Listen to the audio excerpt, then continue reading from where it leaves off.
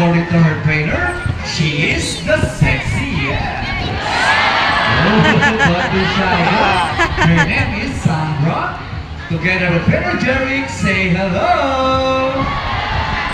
Now let's continue.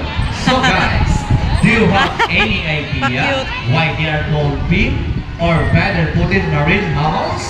Any idea? Do they have feathers? Well, let's ask them. Hey ladies, do you have feathers? Well, the answer is no. It's actually because of their front flippers, which are shaped like a bird's wing. See those? The term pinnipeds may also be translated as swim-footed, since their flippers do look somewhat like wings.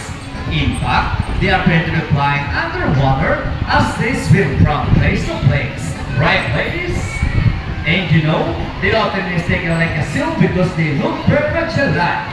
But some differences between a seal and sea lion is the fact that they have bigger front flippers. And they also turn their back flippers, something seals cannot do. As a result, they can walk upright while on land. Ay, ganun pala yung And ano it's a nila. fine demonstration. How about a round of applause for Sina Brands? And you know what, guys? They have this long and flexible neck. How flexible? We'll check this out. So flexible, right? How about another round of applause for Sina Brands?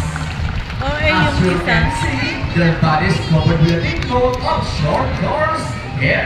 And the whiskers help the sea lion's sense of touch. Because they